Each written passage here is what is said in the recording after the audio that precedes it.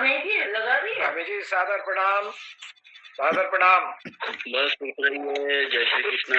ओम नमो नारायण स्वामी जी। ओम नमो नारायण। नमो नारायण। क्या हो गया ये हमने ब्लॉक हो गया? स्वामी जी ओम नमो नारायण। नमो नारायण। नमो नारायण।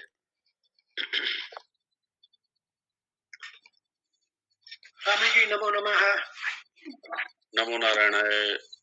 ओम सभी से निवेदन, अब अपना सभी माइक बंद करें। महाराज जी की सेवा, सभी माइक अपना बंद करें। मध्यमाम अस्मदाचार्य पर्यंतम परंपराम। फोन में वीडियो बंद कर दो।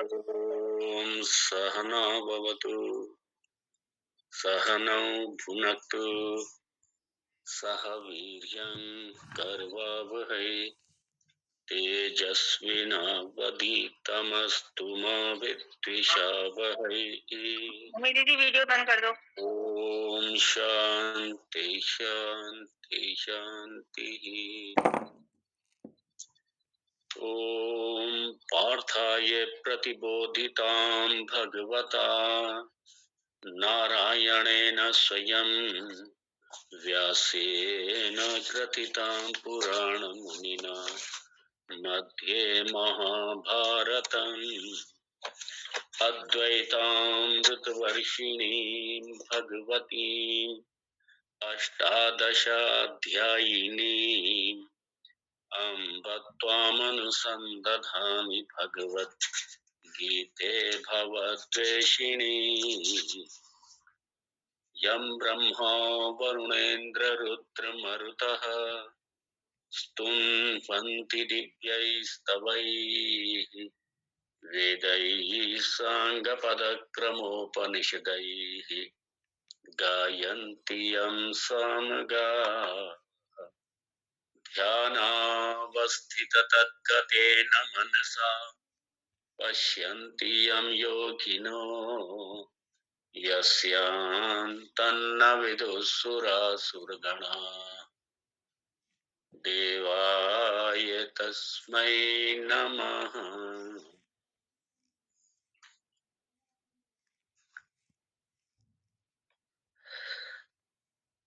आज के इस सनातन धर्म का अति महत्वपूर्ण, अति महनीय, अति करुणामयी, कृपामयी, ये वात्सल्यमयी, ये करुणामयी, ये आज का ये पावन दिवस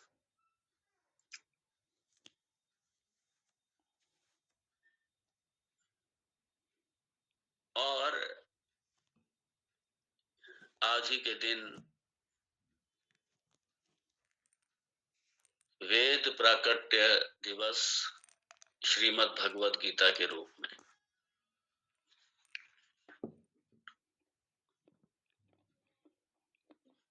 जब द्वापर युग अपने अंतिम चरण पे और कलयुग प्रवेश द्वार पर एक बहुत बड़ा रूपांतरण, एक बहुत बड़ा युग परिवर्तन,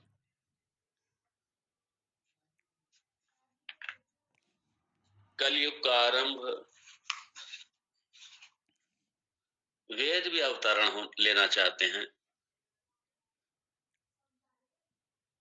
जीवन का संविधान पूरे शास्त्रों का सार, वेद का सार, ये भी अवतरित होना चाहते हैं।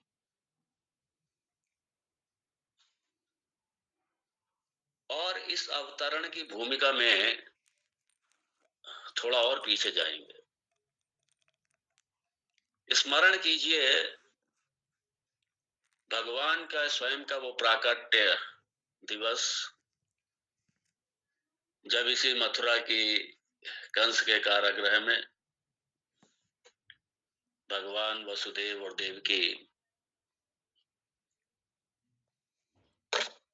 प्रतीक्षारत थे भगवान के प्राकट्य होने का। उन्हें पता था कि ये जो कन्हैया आ रहा है, जो लाला आ रहा है, जो भगवान आ रहे हैं, ये धर्म की स्थापना के लिए और आतताइयों के मर्दन के लिए ये भगवान आ रहे हैं। और वसुदेव ने वैसे कंस से ये वचन दिया था, कंस को ये प्रतिज्ञा की थी कि मैं अपनी जो भी संतानें होंगी वो आपको मैं अर्पण कर दूंगा, इसलिए आप देवकी की हत्या ना करें। देवकी ने क्या बिगाड़ा, उसमें कथा में जाने की जरूरत नहीं, आप सब जानते ही हैं कंस किस तरीके से उतावला था देवकी की हत्या करने पर। उस समय वसुदेव ने कंस को यह वचन दिया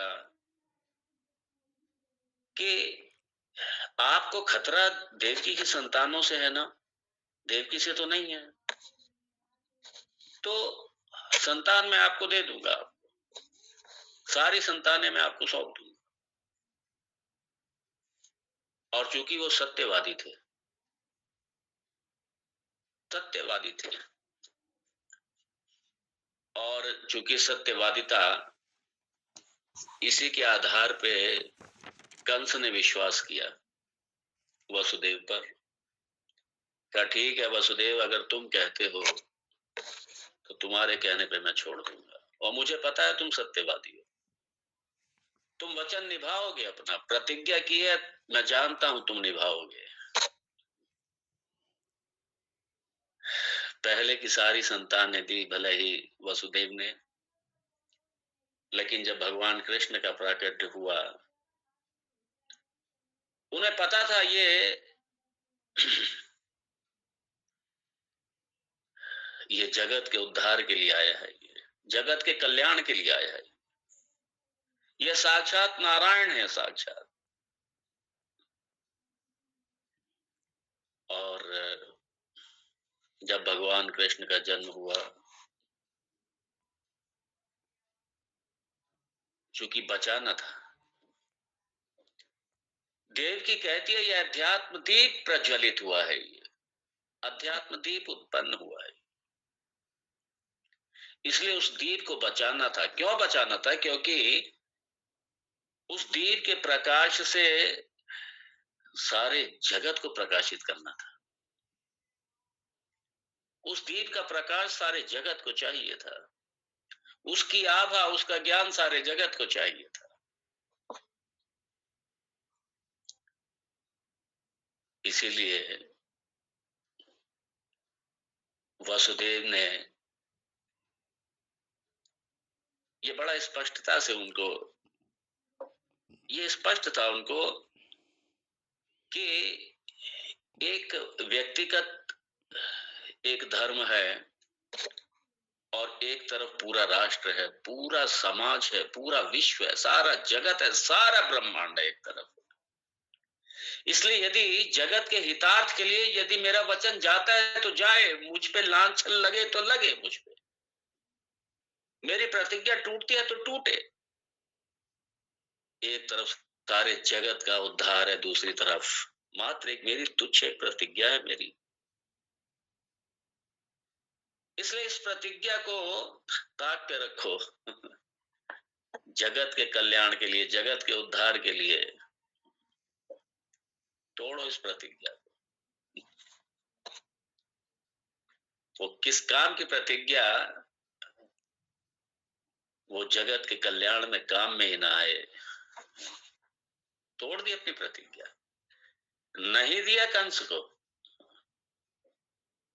बचाना था, और इसलिए छुपा कर ले गए। सब जानते हैं आगे की कथा। और जिसके निमित्त भगवान का अवतरण हुआ था, वो अवतरण कंस के वध से पूरा नहीं हुआ था। वो असुरों को मारने मात्र से पूरा नहीं हुआ था। वो उद्देश्य, वो प्राकट्य होने का जो उद्देश्य था, वो आज के ही दिन पूरा हुआ, जब श्रीमद् भगवद गीता के रूप में वेद प्राकट्य हुआ भगवान के मुखारविंद से। ये आज ही का दिन था, और आज के ही दिन ये भगवान के अवतरण का हेतु ये आज पूरा हुआ, आज पूरा हुआ। ये वेद प्रकट होना चाहते हैं, और चूंकि भगवान को भी पता है ये कलयुग आ रहा है, ये अर्थ काम का युग है, और चूंकि अर्थ काम का युग है, इसलिए धर्म और मोक्ष, ये तो वैसे भी कलयुग में देख रहे हो ना आप तो है? धर्म और मोक्ष कौन चाहता है भाई? आप जैसे कितने लोग हैं जो धर्म और मोक्ष, जो मोक्ष चाहते हैं? कितने लोग हैं जो धर्म को भी त्याग करके, धर्म को त्याग करके मतलब पुण्य को त्याग करके, जो सिर्फ मोक्षार्थी हैं, कितने लोग हैं ये? और सारे वेद को मत करके भगवान ने ये श्रीमद् भगवद गीता के रूप में दिया है। आज अवतरण पूर्ण हुआ है। और मार्ग शीर्ष, ये जो मास है, मासानाम मार्ग शीर्षोहम, ये मोक्षदा एकादशी,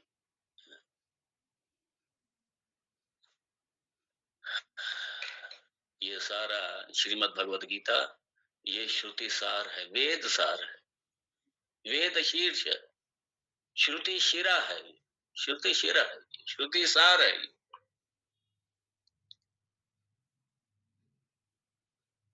और भगवान ने आज के दिन जब ये वेद दिया, ये जीवन का संविधान, ये जीवन विधा, ये सारे शास्त्रों को मत करके, और भगवान ने हमको अर्जुन के माध्यम से पान कराया। और श्रीमद् भगवद गीता पे बोलना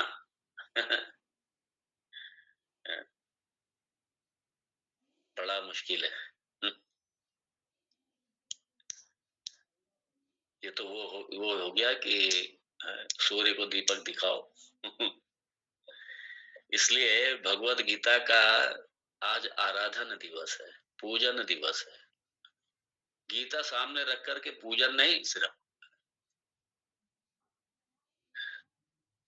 गीता सीख करके, गीता सीख करके, आत्मसात करके अपना कल्याण करने का ये साधन है।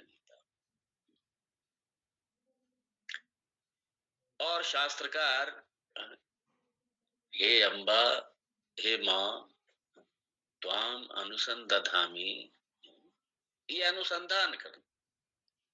क्यों अनुसंधान करना? क्योंकि मोक्ष शास्त्र है, मुक्ति शास्त्र है, शोक निवृत्ति शास्त्र है ये।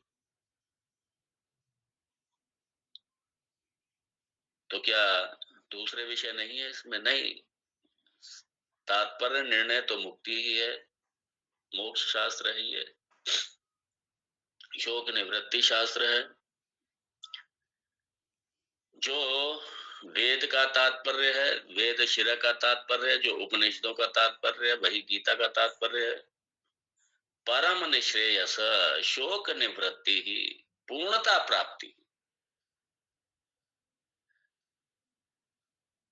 और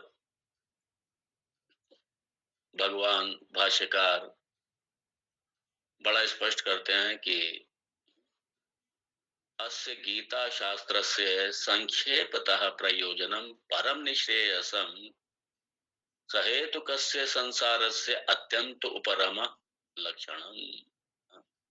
ये लक्षण है श्रीमद् भगवद गीता का।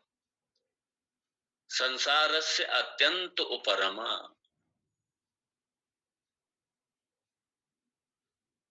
संसार से उपराम, संसार निवृत्ति, द्वैत निवृत्ति। क्योंकि मुक्ति अद्वैत में ही है, द्वैत में मुक्ति नहीं है। इसलिए मुक्ति शास्त्र मतलब अद्वैत शास्त्र। क्योंकि जब तक पूर्णता की प्राप्ति नहीं, ब्रह्म प्राप्ति नहीं, जब तक, तब तक मुक्ति नहीं। क्योंकि हमारी जो मौलिक प्यास है, हमारी जो मुख्य हमारा जो जीवन का लक्ष्य है, वो तो पूर्णता प्राप्ति है, ब्रह्म प्राप्ति है। और ये जो पूर्णता प्राप्ति है, पूर्ण मतलब अद्वैत,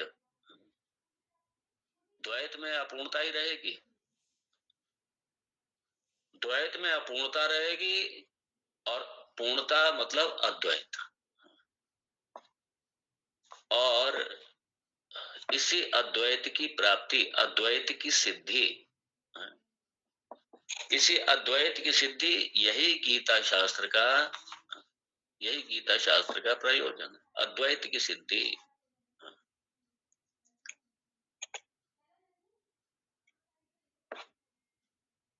और इसी अद्वैत की सिद्धि के लिए ही ये समग्र शास्त्र है।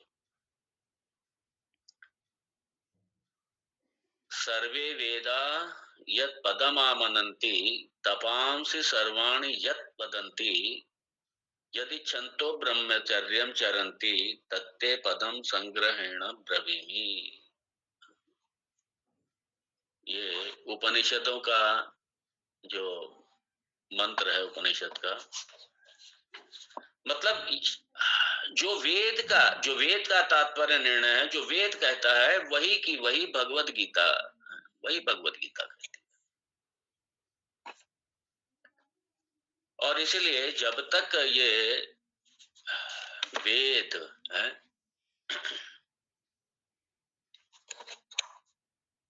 कई बार लोग कह देते हैं कि गीता शास्त्र तो भगवान ने बड़े ही सरल शब्दों में और बड़े ही सरल उसमें भगवान ने दे दिया। ये अक्सर आप लोगों को सुनने को मिलेगा। गीता को कहते हैं जैसे बड़ा ही सरल शब्दों में दे दिया, बड़े सरलता से भगवान ने। अरे गीता शास्त्र, गीता शास्त्र सही बात तो ये, चूंकि ये उपनिषद है ये, और ये उपनिषदों का सार है, इसलिए गीता को समझने के लिए पहले उपनिषदों को समझना पड़ेगा। क्योंकि गीता के प्रत्येक श्लोक में उपनिषद बैठे हुए हैं। जब गीता का श्लोक जब चलते हैं हम लोग लेकर के, तब आप देखिए कि हर श्लोक में कोई ना कोई उपनिषद का मंत्र बैठा हुआ। इसलिए गीता की स्पष्टता ये उपनिषदों के बाद में होती है। इसलिए गीता सरल मत समझ लेना, उपनिषदों का सार है, तो इसलिए पहले उपनिषदों को समझना पड़ेगा। और चूंकि भगवत गीता में कुछ भी छोड़ा नहीं है, धर्म और ब्रह्म दोनों का ही है। इसके मुख्य विषय तो ब्रह्म ही है, लेकिन धर्म भी है इसका विषय। और चूंकि वेद का सार है, इसलिए कर्म, उपासना और ज्ञान तीनों का सार है, तीनों ही है इसमें। इसलिए ऐसी एक भी समस्या नहीं, चाहे वो आपकी व्यावहारिक समस्या हो, चाहे वो संसार की यानी संसार बंध की समस्या हो, कोई भी समस्या हो, आपके व्यावहारिक जीवन की कोई भी समस्या हो, अरे राजनीति की मैं कहता हूं कोई भी समस्या हो, मैनेजमेंट की कोई समस्या हो, किसी विषय की कहीं व्यावहारिक क्षेत्र की समस्या हो, आप श्रीमद् भगवत गीता में उसका सलूशन ढूंढ लेंगे आप। और यदि आप चाहें तो कभी आप अपनी समस्याएं, चूंकि भगवत गीता का आप लोगों ने बहुत अच्छे से श्रवण किया है, इसलिए आप लोगों को भी खूब अच्छे से पता ही है ये सब। तो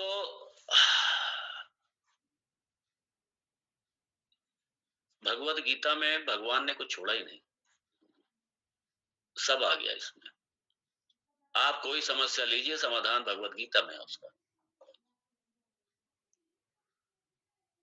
और मुख्य विषय जो है वो ब्रह्म है, धर्म और ब्रह्म, यही वेद के विषय हैं, यही गीता के विषय हैं। इसलिए भगवान ने 15वें अध्याय में बड़ा स्पष्ट कर दिया था, सर्वस्य चाहं हृदि सन्निविष्टः मत्तस्मृतिर्ज्ञानमपोहनं च वेदैश्च सर्वैः अहमेव वेद्यः वेदान्तकृत् वेदविदेव चाहम्। भगवान ने अपना ही निरूपण किया है इसमें।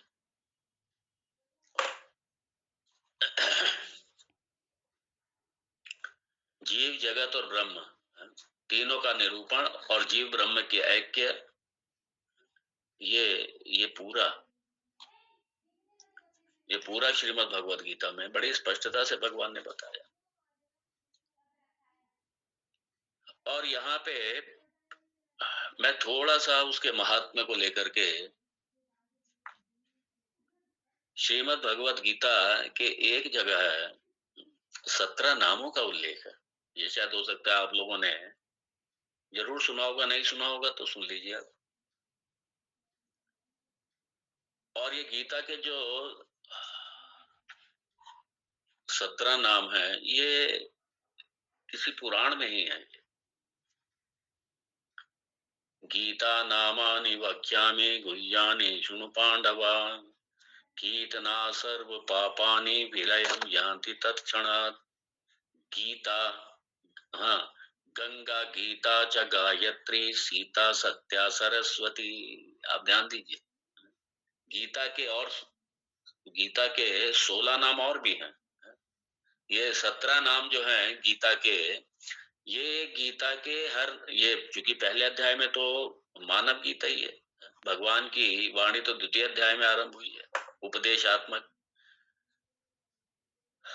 और ये जो 17 नाम है, ये एक एक अध्याय का प्रतिनिधित्व करते हैं।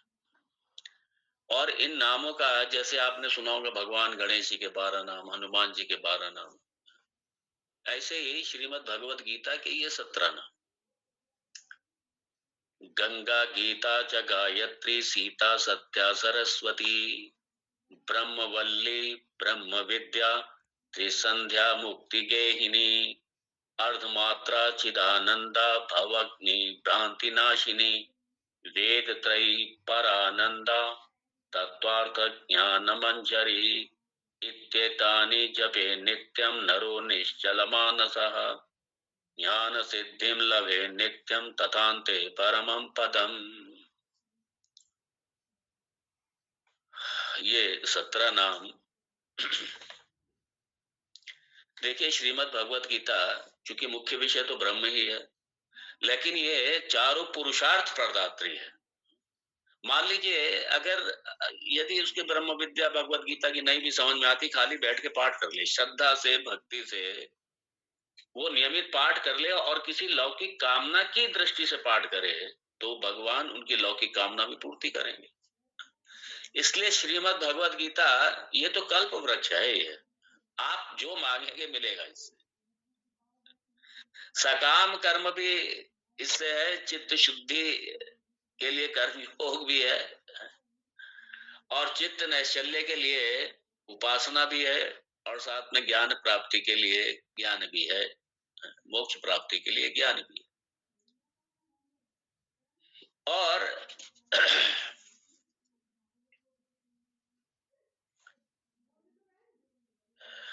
साथ में श्राद्ध काल में गीता का पाठ, ये जो श्राद्ध पक्ष आता है, आप लोग रोज पाठ कीजिए।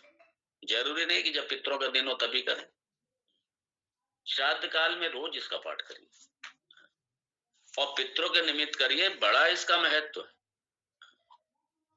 पितृनुद्दिश्य या श्राद्धे गीता पाठम करोति ही संतुष्टा पितरस्तस्य निरायात्यान्ति स्वर्गतिम्। गीता पाठेन संतुष्टाः पितरः श्राद्धतर्पिताः पितृलोकं प्रयान्त्येव पुत्राशीर्वादतत्पराः। पितरों का आशीर्वाद,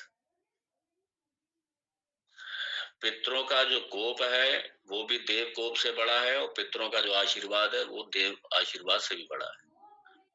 इसलिए श्राद्ध काल में जरूर पितरों के निमित्त पाठ कीजिए। पूरी गीता का हो सके पाठ कीजिए, पूरी गीता का कीजिए। और गीता श्राद्ध काल में इसका बड़ा महत्व है। तो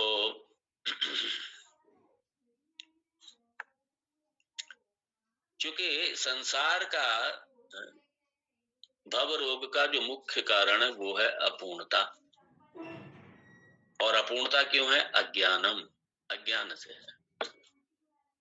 तो अज्ञान से अपूर्णता है और ज्ञान से पूर्णता है। क्योंकि जब तक अज्ञान की निवृत्ति नहीं, और गीता अज्ञान निवृत्ति शास्त्र, और गीता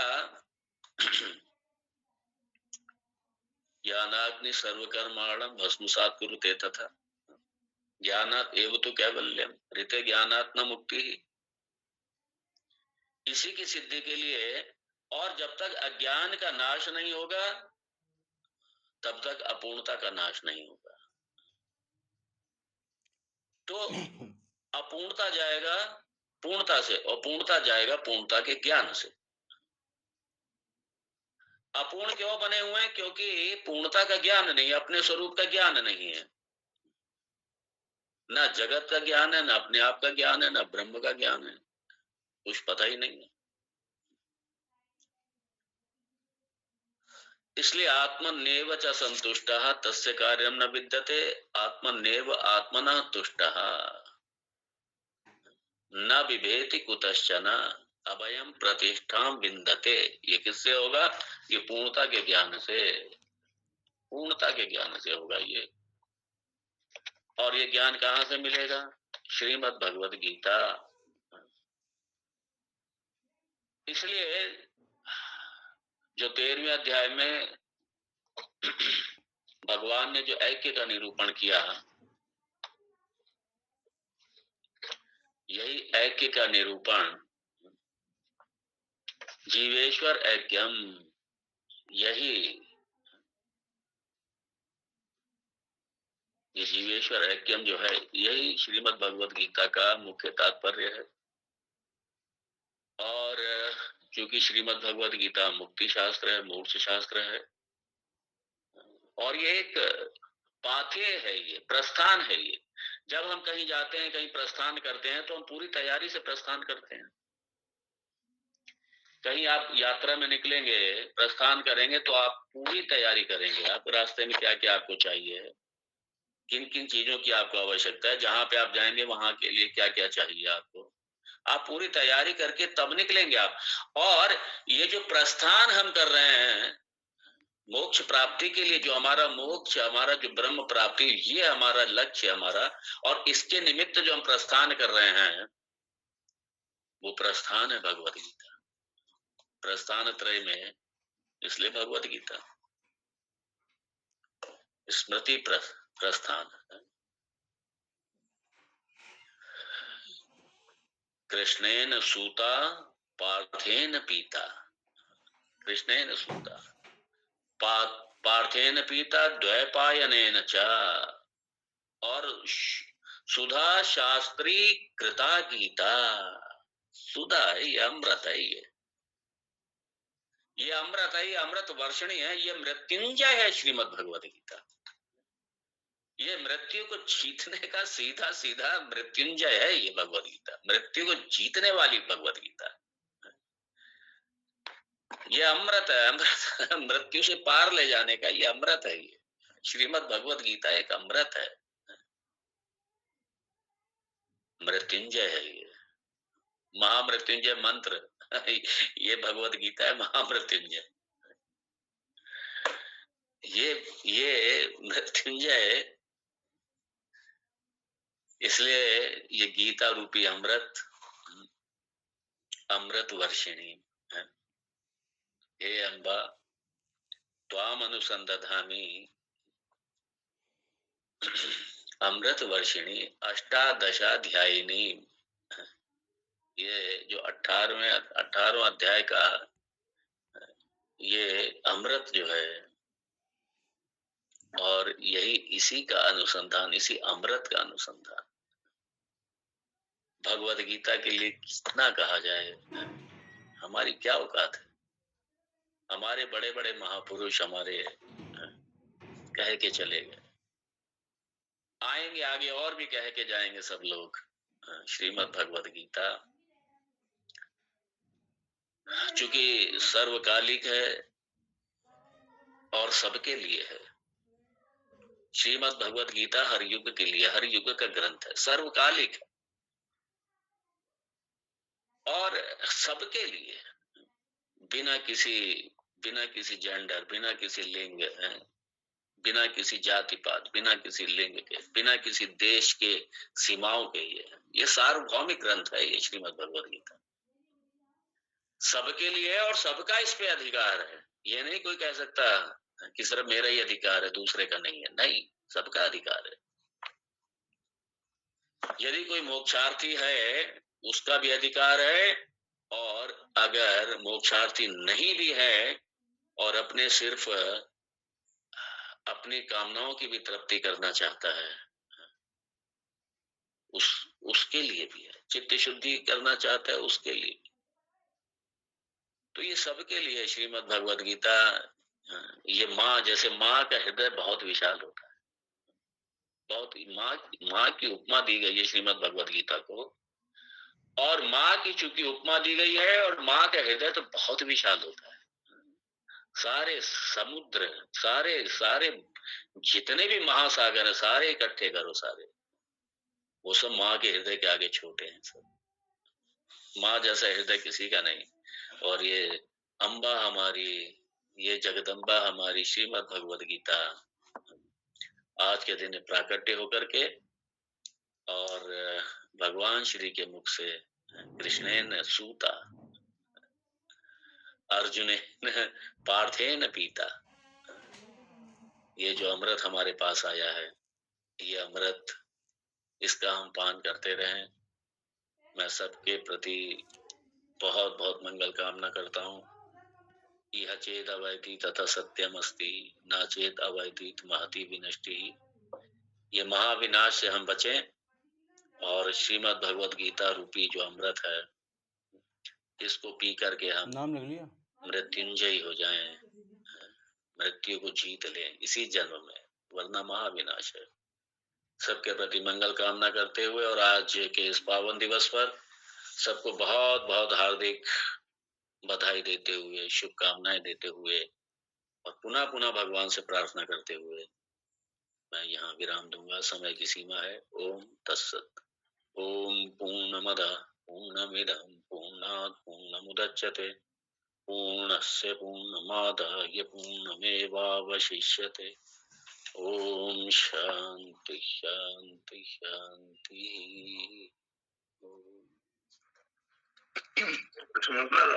हरिओम स्वामी जी। हरिओम हरिओम हरिओम।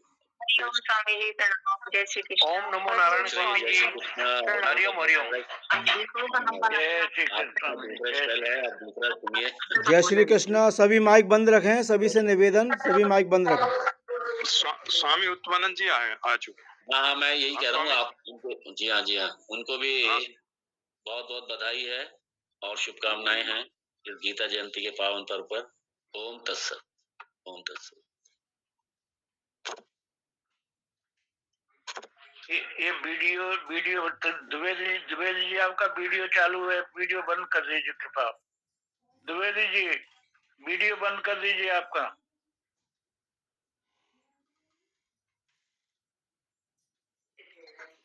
ओम नमो नारायण स्वामी जी।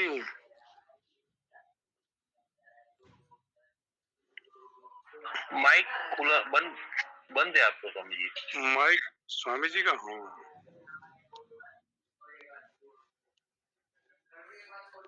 स्वामी जी माइक बंद है आपका।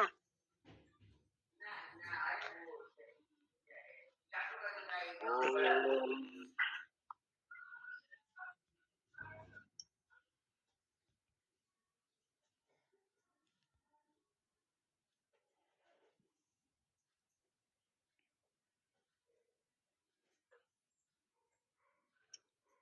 स्वामी जी माइक बंद है आपका।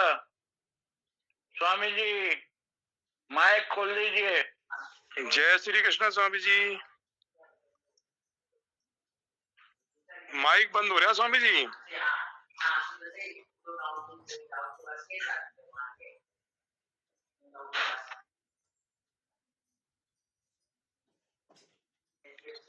स्वामी जी माइक बंद है माइक। शर्मा जी फोन करके बोलो, फोन करके। ठीक है स्वामी जी, आ गई आवाज आ गई। ठीक है। ओम पूर्णमद पूर्णमिदम पूर्णात् पूर्णमुदच्यते पूर्णस्य पूर्णमादाय जाना मत ही 9 बज जाएंगे ऐसे ऐसे करके। जब पूर्णमेवावशिष्यते। आने लगे तब जाना आप। ओम शांति शांति शांति। शंकरं शंकराचार्यं केशवं बादरायणं सूत्रभाष्य कृतौ वन्दे भगवन्तौ पुनः पुनः। ईश्वरो गुरुरात्मेति मूर्तिभेद विभागिने व्योमवद्व्याप्तदेहाय दक्षिणामूर्तये नमः। ओम शांति शांति शांति। वसुदेवसुतं देवं कंसचाणूरमर्दनं देवकी परमानन्दं कृष्णं वन्दे जगद्गुरुम्। कृष्णं वन्दे जगद्गुरुम्। गीता जयंती के पावन प्रसंग पर आप सभी गीता प्रेमियों का हार्दिक अभिनंदन।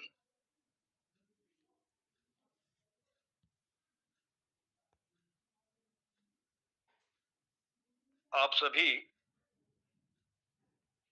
बड़े भाग्यशाली हैं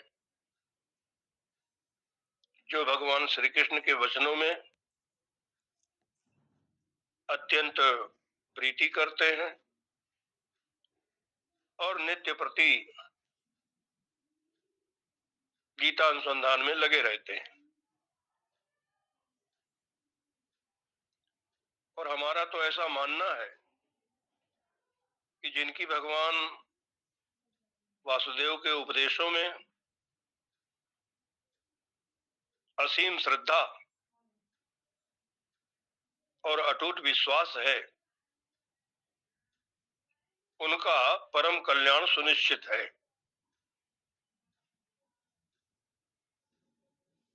कर्मयोग, भक्ति योग और ज्ञान योग, इन तीनों के अनुपम संगम स्थल श्री गीता जी की जयंती पर आप सभी को मेरी ओर से अनेकानेक शुभकामनाएं।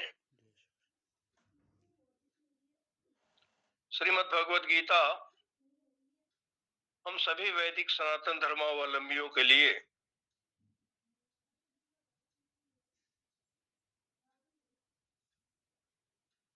अमूल्य धरोहर है।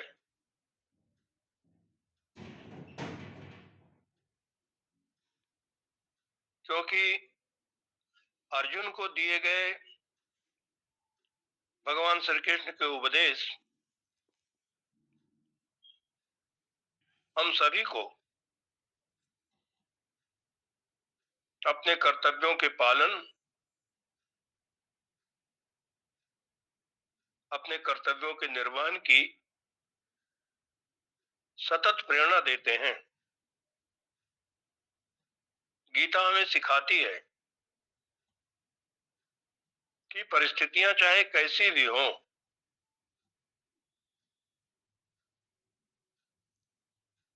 दृढ़ता के साथ अपने धर्म का अर्थात अपने कर्तव्य कर्म का पालन करना ही श्रेयस्कर है, परम कल्याणकारी है।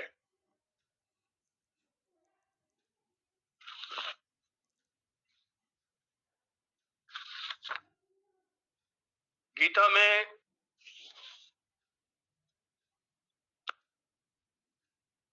मुख्यतः 4 विद्याओं का वर्णन है, जैसा हमने आचार्य परंपरा से सुना है। ऐसे तो संपूर्ण गीता में बहुत सी गौण रूप से विद्याएं कही गई हैं, लेकिन मुख्य रूप से 4 ही कही जाती हैं, 4 ही मानी जाती हैं। उन चारों विद्याओं को यदि नाम दें तो एक है अभय विद्या, दूसरी है साम्य विद्या, तीसरी है ईश्वर विद्या और चौथी है ब्रह्मात्मैक्य विद्या।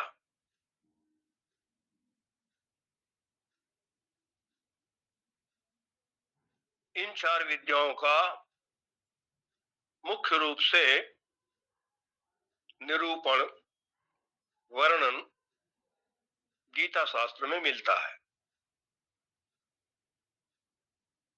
गीता अभय देने वाली विद्या है। जो पहली विद्या है गीता के अंतर्गत, वो अभयदान की विद्या है। गीता हमें निर्भय करती है, अभय करती है। और ये अभय विद्या अभिनिवेश की निवृत्ति के लिए है। यदि इस अभय विद्या में हमारी प्रतिष्ठा हो जाए तो हम अभय हो जाएंगे निश्चित रूप से, इसमें कोई संदेह नहीं। दूसरी विद्या है साम्य विद्या।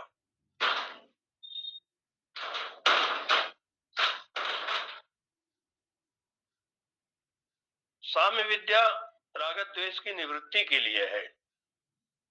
यदि हमारी स्थिति समता में हो जाए, हम समत्व में स्थित हो जाए, तो राग द्वेष की अवश्य ही निवृत्ति हो जाएगी और हमारे अंदर जो अहंकार है, अस्मिता है,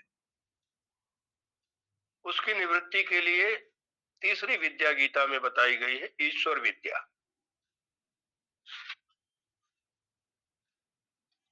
ईश्वर विद्या का अर्थ है शरणागति विद्या, ईश्वर की शरणागति, जिससे हमारे अहंकार की निवृत्ति हो जाती है। और चौथी जो ब्रह्मात्मिक विद्या है,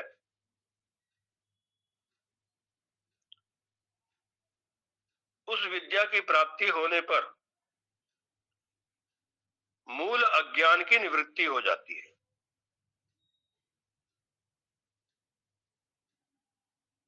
अर्थात मूल अज्ञान की निवृत्ति के लिए ब्रह्मात्मय की विद्या गीता में भगवान कृष्ण ने बतलाई है। अब दूसरे शब्दों में कहें तो जैसा कि महर्षि पतंजलि ने योग दर्शन में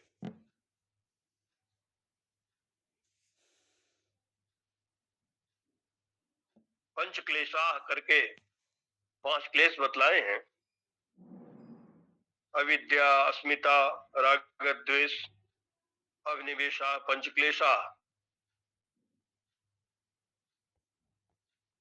तो राग द्वेष को एक में कर लें तो अविद्या, अस्मिता, राग द्वेष और अभिनिवेश, ये 4 दोष हैं, 4 क्लेश हैं। और इन क्लेशों की निवृत्ति के लिए, इन क्लेशों के निवारण करने के लिए 4 विद्याओं का निरूपण गीता शास्त्र में मिलता है।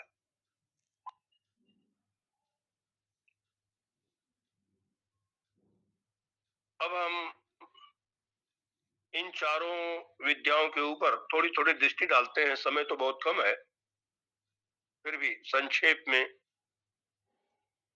इनको समझने का प्रयत्न करते हैं। भगवान श्री कृष्ण चाहते हैं कि मनुष्य अभय हो जाए, और मनुष्य को सबसे अधिक भय मृत्यु से होता है। इसीलिए भगवान श्री कृष्ण ने मृत्यु को बहुत ही हल्का बना दिया गीता में। प्रसंग ही यहीं से प्रारंभ करते हैं भगवान। गीता का उपदेश आप देखेंगे तो द्वितीय अध्याय के 11वें श्लोक से, जहां से गीता उपदेश प्रारंभ होता है, असोच्याननो सोचस्तम प्रज्ञावानांश्च भाससे गतासो न गतासोंश्च नानु सोचन्ति पंडिता। यहां से प्रसंग प्रारंभ करते हुए भगवान श्री कृष्ण आगे मृत्यु को इतना हल्का कर दिया। वासांसि जीर्णानि यथा विहाय नमानि गृह्णाति नरो पराणि तथा शरीराणि विहाय जीर्णानि अन्यानि गृह्णाति नमानि देहि। भगवान श्री कृष्ण कहते हैं कि शरीर का बदलना वैसे ही है जैसे कपड़े का बदलना। जैसे मनुष्य पुराने कपड़ों को छोड़ करके नए वस्त्र धारण करता है, उसी तरह पुराने शरीरों को छोड़ करके नए शरीर ग्रहण करता है। तो भगवान का तात्पर्य है कि मृत्यु कोई ऐसी महत्वपूर्ण घटना नहीं है कि उससे बचने के लिए हम दुखी हों, रोएं, चिल्लाएं। यदि मनुष्य के जीवन में मृत्यु का भय न रहे तो वो अनेक अनर्थों से बच सकता है।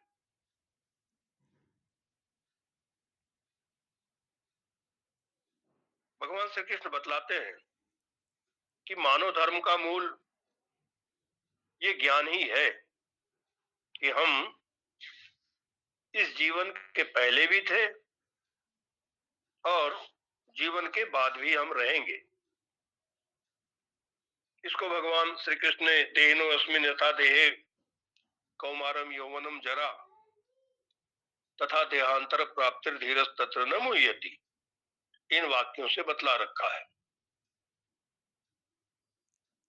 धीरा, भगवान श्री कृष्ण कहते हैं कि धीर पुरुष को मृत्यु का भय नहीं होता। धीरस् तत्र न मुह्यति, और भय का कारण है मोह, अज्ञान। यदि शरीर का मोह न हो तो मृत्यु का भय भी नहीं हो सकता। मृत्यु तो जीवन की एक अवस्था विशेष है। जैसे जागृत है, स्वप्न है, सुसुप्ति है, समाधि है, मूर्छा है, ऐसे मृत्यु भी एक अवस्था विशेष है इस शरीर की। तो भगवान कहते हैं जैसे शरीर में बाल्यावस्था आती है, युवावस्था आती है, वृद्धावस्था आती है, वैसे ही मनुष्य एक शरीर को छोड़ करके दूसरे शरीर में चले जाते हैं।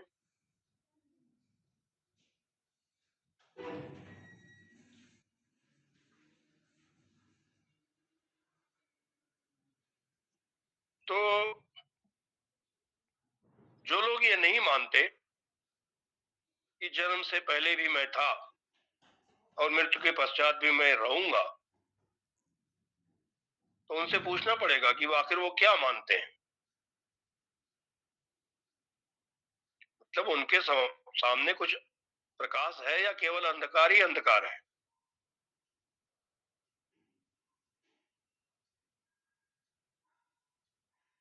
यदि जीवन से पहले और जीवन के पीछे की स्थिति को नहीं मानेंगे, तो ऐसे नहीं मानने वालों का तो सारा जीवन ही अज्ञान मूलक सिद्ध हो जाएगा। तो देह के मिलने से पहले भी आत्मा था और देह छूटने के बाद भी आत्मा रहेगा, रहता है। अव्यक्तादीनि भूतानि व्यक्त मध्यानि भारत अव्यक्त निर्नान्येव तत्र का परिदेवना। भगवान ने इन वाक्यों से साफ साफ बता रखा है। इसलिए मृत्यु से डरना नहीं, निर्भय हो जाओ।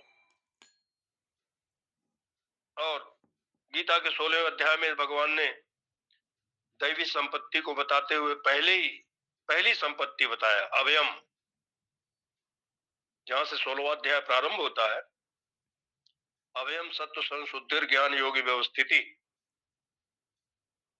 तो ये मनुष्य मतलब भले मनुष्य, जो विवेकी हैं, जो समझदार हैं, उनके चित्त की स्थिति है कि वो अभय हो जाए। और उपनिषदों में ऋषियों ने तो कहा ही है, अभयम वही जनक प्राप्तोसी, अभयम प्रतिष्ठाम विंदते।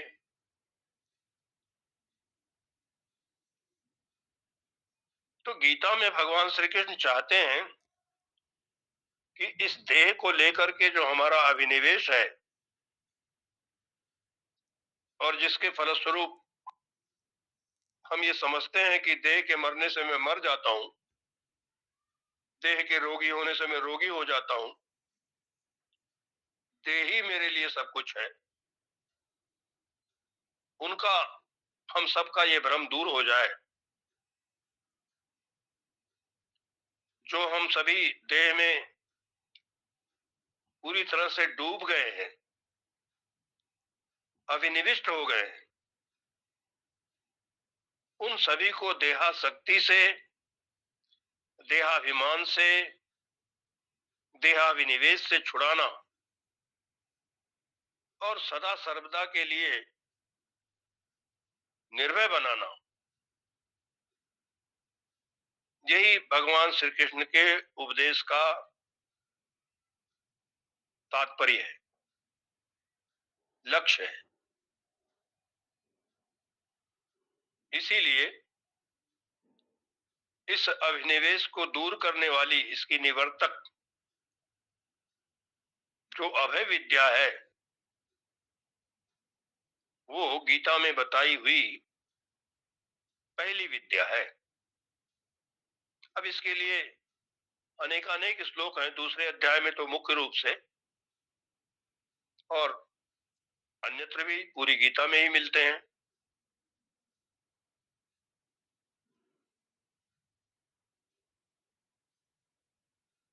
यह एनम वेत्ति हंतारम यश्चैनम मन्यतो हतम इत्यादि अनेक श्लोक भगवान ने कहे हैं। तो पहली विद्या जो गीता में है वो अभय विद्या है, निर्भय करने वाली। दूसरी विद्या है साम्य विद्या। साम्य विद्या हम सभी देखते हैं, जानते हैं कि सारा ये हम सभी राग द्वेष से पीड़ित हैं। जिनको अपने सुख का साधन समझते हैं उनमें हम राग करते हैं, और जिनको अपने दुख का कारण मानते हैं उससे हम द्वेष करते हैं। और ये राग द्वेष अनेक प्रकार के संस्कारों के कारण से होता है। खान पान से, संग दोष से, और अपने सगे संबंधियों के कारण भी जो संस्कार हमारे अंदर बन जाते हैं, उन्हीं के कारण से राग द्वेष होता है।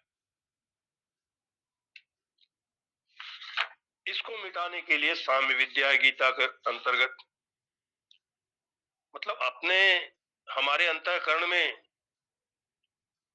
सजातीय समाज धर्मों के प्रति, अर्थात जिनसे हमको सुख मिलेगा उसके प्रति राग होगा, और विजातीय विषय धर्मों के प्रति जिससे हमको दुख मिलेगा उसके प्रति द्वेष होगा।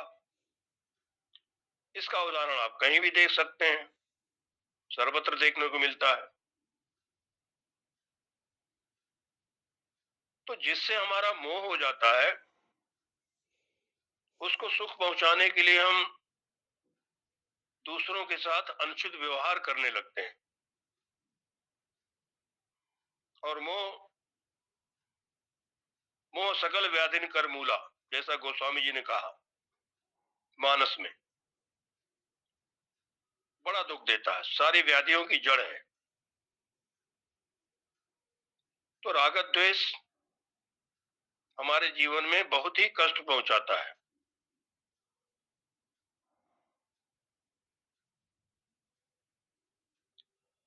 और उसी के कारण से हिंसा इत्यादि में हम प्रवृत्त हो जाते हैं। हिंसा से तमोगुण का संबंध है, प्रतिहिंसा में रजोगुण का उदय होता है, और अहिंसा जो है वो सात्विकी स्थिति है। तो हिंसा और अहिंसा में जो समता है, समत्व है, वही साम्य विद्या है, जिसमें न राग है न द्वेष है। अब गीता के आधार पर जब इस विद्या को आप सुनेंगे, समझेंगे, तो आपकी समझ में आएगी ये बात। भगवान श्री कृष्ण गीता के 6ठे अध्याय में प्रारंभिक श्लोकों में ही सुहृन मित्रार्युदासीन मध्यस्थ द्वेष बंधुषु साधुष्वपि च पापेषु समबुद्धि विशिष्यते। एक पुण्यात्मा है, दूसरा पापात्मा है। तो पुण्यात्मा होगा, और पापी जो है वो पापात्मा होगा। लेकिन हमारी बुद्धि पापी को देख करके जले नहीं, और पुण्यात्मा को देख करके उसकी ओर झुक न जाए, अपने स्वरूप में स्थित रहे, पर निश्चित रहे, बुद्धि में समता बनी रहे।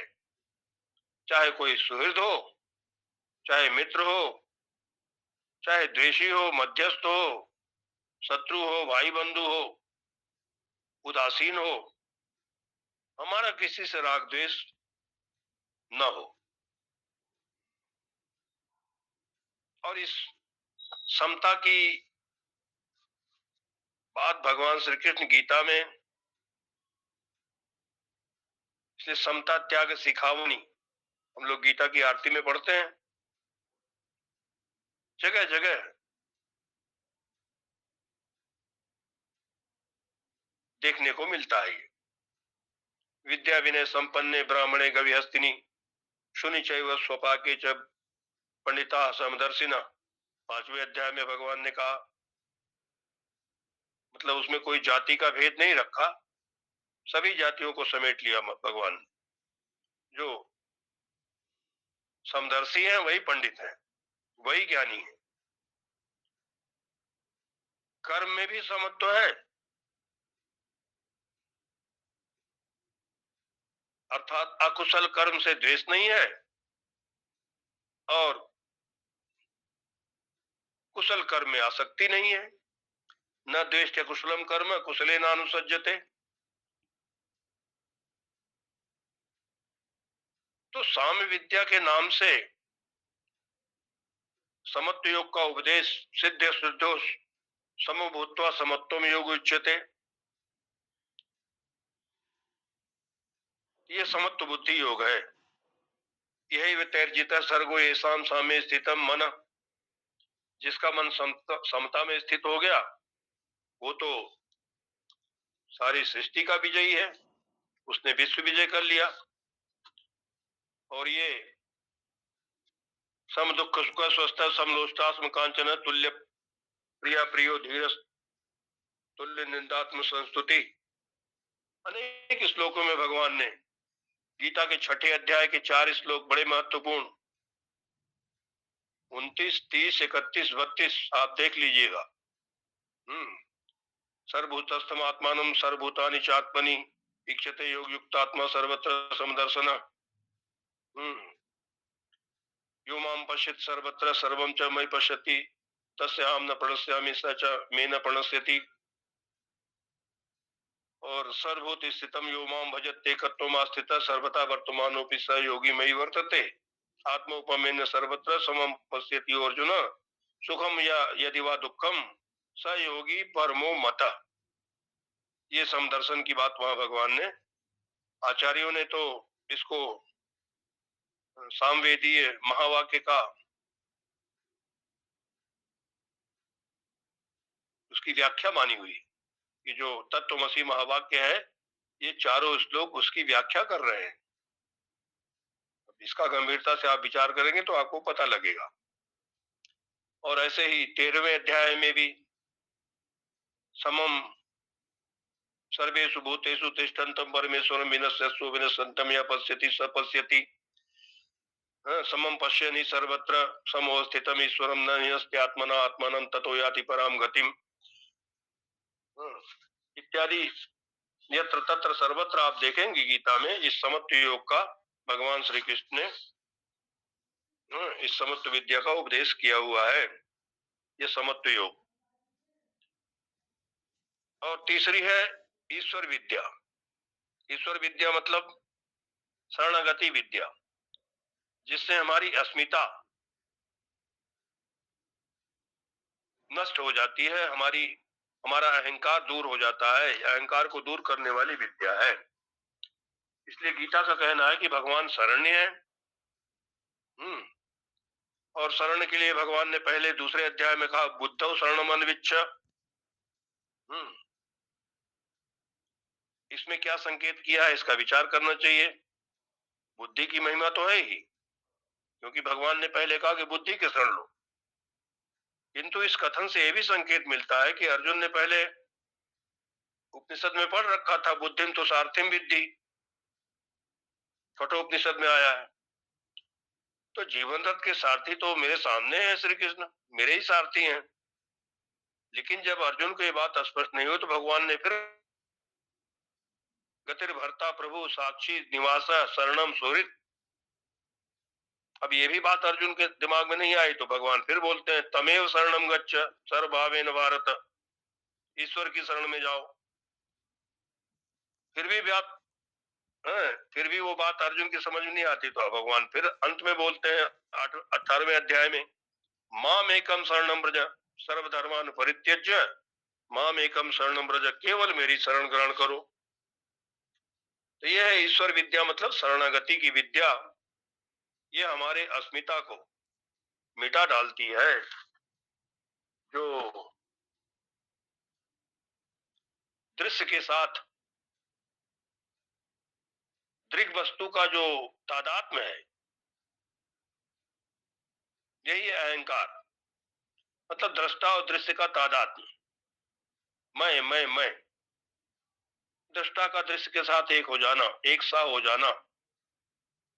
तो भगवान ने जिस विद्या का निरूपण किया है शरणागति विद्या का, मतलब ईश्वर विद्या, उससे ये अस्मिता, ये अहंकार सर्वथा समाप्त हो जाती है। यदि आप ईश्वर के बारे में विचार करेंगे तो जो आपका अहंकार है वो इतना तुच्छ हो जाएगा, छोटा हो जाएगा कि फिर सिर उठाने का नाम नहीं लेगा। और चौथी विद्या जो गीता में बतलाई गई है वो है ब्रह्मात्मय की विद्या, ब्रह्म और आत्मा की एकता की विद्या। क्योंकि अज्ञानेन आवृतम ज्ञानम तेन मुह्यन्ति जन्तवः। अब हम सभी जंतु हैं, जायते इति जंतु। तो वो जो ब्रह्मात्म विद्या ज्ञानेन तु तदज्ञानम येषाम नासितम आत्मना तेषाम आदित्यवच ज्ञानम प्रकाशयति तत्परम। गीता कहती है कि अज्ञान से ही ज्ञान ढका हुआ है और ज्ञान से ही अज्ञान का नाश होता है। वही ज्ञान अज्ञान को, अज्ञान मतलब मूला ज्ञान, मूला विद्या, तो ज्ञान ही उसको उच्छिन्न करने वाला है। और वो ज्ञान समत्व ज्ञान भी है। यो माम पश्येत् सर्वत्र, परमात्मा में सब है, सब परमात्मा में है, ये तत्पदार्थ है। और सर्वभूतेषु चात्मानम, ये तोम पदार्थ है। अब इन दोनों की एकता भगवान कहते हैं, सर्वभूत स्थितम यो माम भजत एकत्वमास्थितः सर्वथा वर्तमानोपि स योगी मयि वर्तते। तो ये एकत्व विद्या है जो बिल्कुल स्वच्छंद है, स्वच्छ है, निर्मल है और ईश्वर की शरणागति के बिना हमारे अहम भाव की निवृत्ति नहीं होती, समता के बिना, साम्य के बिना राग द्वेष की निवृत्ति नहीं होती, अभय ज्ञान के बिना जो मृत्यु का भय है, अभिनिवेश है, वो दूर नहीं होता और उस अभय पद में प्रतिष्ठा हुए बिना मृत्यु की निवृत्ति नहीं हो सकती है। तो ये जो चार विद्या मुख्य रूप से गीता में बतलाई गई हैं, इनका अनुसंधान हमें आचार्यों के अनुसार, आचार्यों के उपदेशों के अनुसार करना चाहिए। अनेकानेक हमारे आचार्य गीता के हो गए हैं। आचार्य शंकर तो सर्वश्रेष्ठ ही है, आद्य गुरु जगत गुरु शंकराचार्य जी भगवान, और उनके जितने भी अनुयायी हैं पीछे, आनंद गिरी जी, मधुसूदन सरस्वती जी, शंकरानंद जी, जितनी भी टीकाएं हैं गीता के ऊपर सभी आचार्यों की, उनके किसी भी टीका के आधार पर आप अनुसंधान करके इन चारों विद्याओं को जो मुख्य रूप से गीता में वर्णित है उनको समझ सकते हैं, जान सकते हैं। और जो सर्वथा वर्तमानोपि सहयोगी में वर्तते, सर्वथा वर्तमानोपि न स भूयो विजायते इत्यादि जो भगवान की वचन है, तो ये जीवन मुक्ति का विलक्षण सुख है। इसी को ब्रह्मात्मय की विद्या कहते हैं। इसके बगैर मुक्ति नहीं मिलती और हम गीता इन्हीं का उपदेश करती है। अब समय का संकोच है, बोलने का तो बहुत कुछ मन था, लेकिन इसी के साथ गीता जयंती के दिन हम ये भावना करते हैं कि हम सभी को ये संकल्प लेना चाहिए कि हम भगवान श्री कृष्ण के उपदेशों को अपने जीवन में आत्मसात करेंगे और अर्जुन की तरह ही अपने कर्तव्यों का, अपने धर्म का पालन करते हुए विकसित भारत के निर्माण में अपना योगदान देंगे। इसी के साथ अपनी वाणी भगवान श्री कृष्ण के पावन चरणों में समर्पित करते हुए यहीं विराम लेते हैं। ओम पूर्णमदः पूर्णमिदं पूर्णात् पूर्णमुदच्यते पूर्णस्य पूर्णमादाय पूर्णमेवावशिष्यते। ओम शांति शांति शांति। ओम नमः पार्वती पते हर हर महादेव। ओम नमो नारायण स्वामी जी, ओम नमो नारायण जी, जय ओम नमो नारायण स्वामी जी, हरि ओम हरि ओम। जय श्री कृष्ण। जय श्री कृष्ण महाराज जी। सभी माइक बंद रखें, सभी माइक बंद रखें। हरिओम।